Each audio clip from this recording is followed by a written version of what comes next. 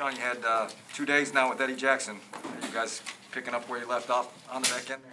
Oh, absolutely. I think this just kind of, that year playing with somebody, just that familiar face back there. You just have just an understanding, the skies, pre-snap, just ball, just life. And obviously, locking next to him for a whole year and being able to just understand him as a person. You get to know him even more as a player this year. So I think that, it's not like we missed a beat. We sit next to each other in the meeting room. We locking next to each other. So we always talking ball, even when we both was out. So now just like we picking up where we left off, man. And, he got a fire up under him, man. And I'm excited to be back there playing with him. And I've said it time and time again, man. I think he's one of the best safeties in the league, most athletic. And he got a really bright mind. So this year going to be an exciting year, man. I'm excited to pair up with him for another year, man, and go from there. Tashaun, you were one of the people who was happiest for Sean to be promoted to defensive coordinator. Now that you've played under it a little bit, has it lived up to your expectations? Has there been one moment where you say, oh, yeah, this is exactly what I was waiting for? Man, yeah. Y'all seen practice today. Y'all see what the defense did, right? Yeah. But, those are the type of things that make you excited when you see a guy like Sean. Like I said, man, he's a bright mind, but everybody's making plays. You see linebackers dropping, making plays, and that's without DT and Rowe. That's a huge boost to the defense. D-line making plays in a run game. When you have a good running back like Demo who gets stuffed at the line time and time again, that's a testament to the defensive line. DBs from our 1s, 2s, and 3s, he's just putting everybody in position, man. And like I told you guys last time, that's the beautiful part about it. Like, somebody's going to be up. Who, when, where, nobody knows, but somebody's going to be up, and everybody's going to have an opportunity to make plays. And, that's the beautiful part about playing in the defense when you have guys that can make plays on every level. You get a guy like Sean behind the helm, man, it's going to be pretty scary. So, no wild predictions, man. It's just going to be exciting for a year, though, for defense. You make a wild prediction. Nah, y'all ain't going to bait me in this, man. I'm trying to be cool, man. I ain't going to do that. Let's see if this works. You've played a lot of football. You've seen a lot of preseason games. Mm-hmm. Most of them don't mean much. When you see Justin Fields do what he did on Saturday, what does that mean to you? The thing about it is some people, when the lights come on, it's not a quick whistle, so you can't say he sacked. He's shown that, some of these quick whistles that we say he sacked, maybe he might not have been sacked in practice, right? Some people are just gamers, man, and I was excited to see that, man. Obviously, from the time he stepped on the field, the crowd went crazy. That atmosphere, man, you can imagine it being packed out. It just was exciting to see, man. He's an exciting player. I mean, that's why they drafted him. That's why they traded up to go get him, man. I mean, you can't say enough good things about him. He's a humble kid. He just go about his day, and I can respect that. He don't do too much, man.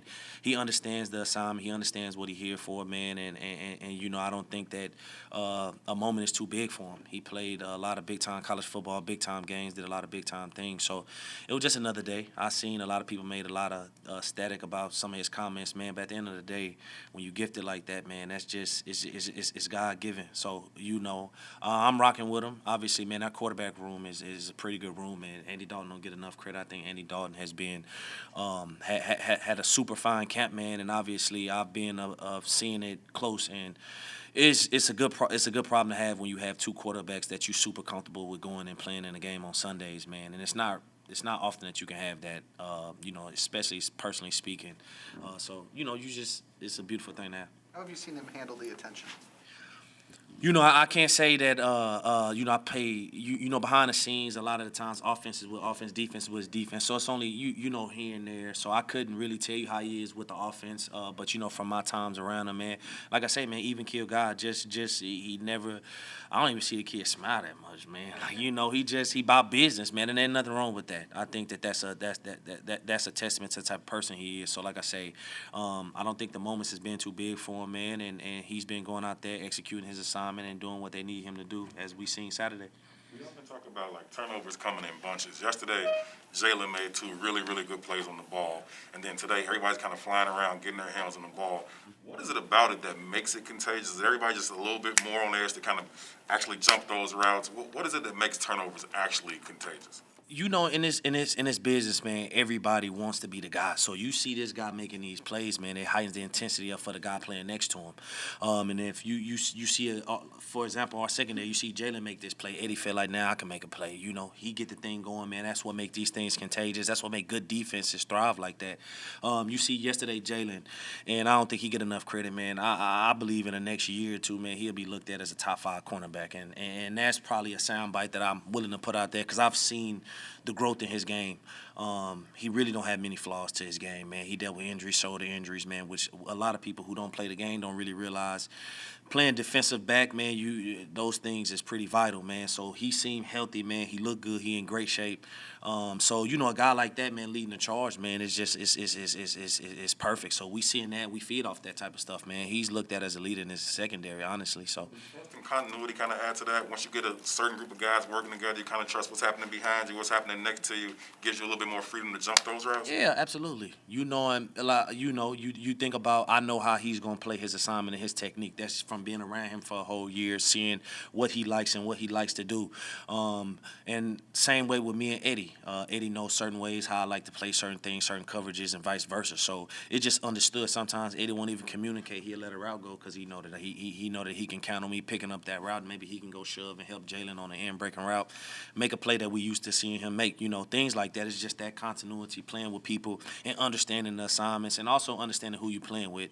And I think that's gonna be a huge factor this year, man. Being able to play with guys like that and have that year up under our belt, man. People don't really realize that's a huge part in the game of football. You know, it's a brotherhood, man. You gotta trust this guy next to you, and you play with those guys every Sunday, day in, day out. You learn their patterns, their routine. So going from there, man, that's just gonna help us take that extra stride that we need, man, and get this thing rolling like we all expect to. Tashaun, you talk about the depth, but with all the starters that you've been missing throughout camp, you never really had the whole 11 or 12 starters together. Is there a certain eagerness you feel to get that group together and see what you can do, you know, even without making wild predictions? Yeah. I think that's always because, you know, I can sit here and talk about the continuity and all of that, but until we all out there collectively as one, you know, it's just above the shoulders. It's just mentally, which is 80% of the game. That's what I've been taught, man, 80% mental, 20% physical. So, but that physical part is still an important component, man. So getting us all out there, man, it felt real good. It felt real good to have the full defense out there, missing Roe and Danny, obviously. But, you know, it's part of the game. You know, injuries happen. But if you can have 80% of your defense and 90% of your defense out there full go, I think that's huge, man. And we're going to continue to just tailor this thing, man. And as we get full tilt and everybody's back, that's when you begin to kind of, you know, shape everything the way that you need to. Like I say, man, the season's right around the corner, but we still do have time. It's not like it's next week. So those guys get healthy, man, and we just continue to gel like we should, man. It's going to be an exciting time this year, I promise. At that point, at this stage, regular season's just around the corner, but there is still time. What have you learned over the course of your career about this stretch in late August, about pacing yourself, getting the most out of it, and just trying to find that right rhythm? You know, I think the biggest thing is just making sure that you getting your mind in game time, game shape. You know, the physical part is here. We through the dog days of training camps, guys' bodies. You know, some of the young rookie guys feel like they 10-year vets like myself. Their body's breaking down, man. I warned them though; they didn't listen to me.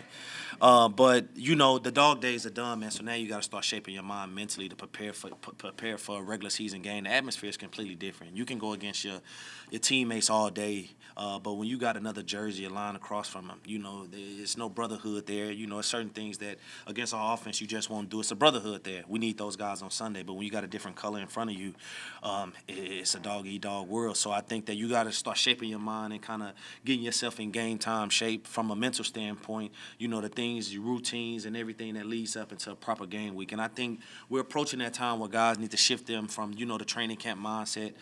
You know, specifically, certainly after this game, you kind of start shaping and start understanding the task that's at hand. And I think that that's probably the biggest hurdle, that adjustment that guys need to do, because the physical part is done. You do the physical part. These are the hardest days of training camp, you know, the first 3 weeks. Now you start getting ready. The most healthiest team will win, man. It's about being healthy week one and mentally prepared for what's about to take place. Just talk to Khalil. How would you describe the intensity?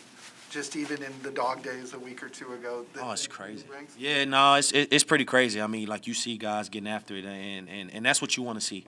Obviously, last year was my first year here, and I'm not big on comparing squads to squads, man, but just the intensity. That's something that, that we can control as a team, as an organization, man. The intensity has been completely different this year, man, from the multiple live reps. Those are things that, as a vet, you do not want to hear that, man, like live reps, but, that's the type of mindset that you got to go in there, you got to have, man. And we had multiple days of that, man, just testing our will, testing the intensity of practice, man. And you got to love that, man. And I think that everybody appreciate that, man, get us ready. Khalil Mack in particular, he seems like he brings it every day. Oh man, that's Mac. Come on now, man. I think he only know one speed, man, and that's what make him great. That's why playing with a guy like that, man, is just you can never really take advantage of playing with great players like that. Not everybody had the luxury of playing with people like that, man, and just a humble dude. He one of the guys, man. He for sure Hall of Famer. But he one of the guys, man, and that's the beautiful thing. He practiced like he a rookie, like it's year 1 or year 2 for him, and that's a testament to the type of person he is, type of leader he is, type of player he is, man, and that's why the defense feed off him. So if Mac can go 100%, why can't nobody else on the defense? And that's just the biggest thing. So you have a guy like that that's gonna go hard, man, every down, every play. Who is anybody else on the defense to take a play off, man? It don't work that way, not in the NFL. So having guys like that, man, to get us ready, man, and we feed off of him, we go from there.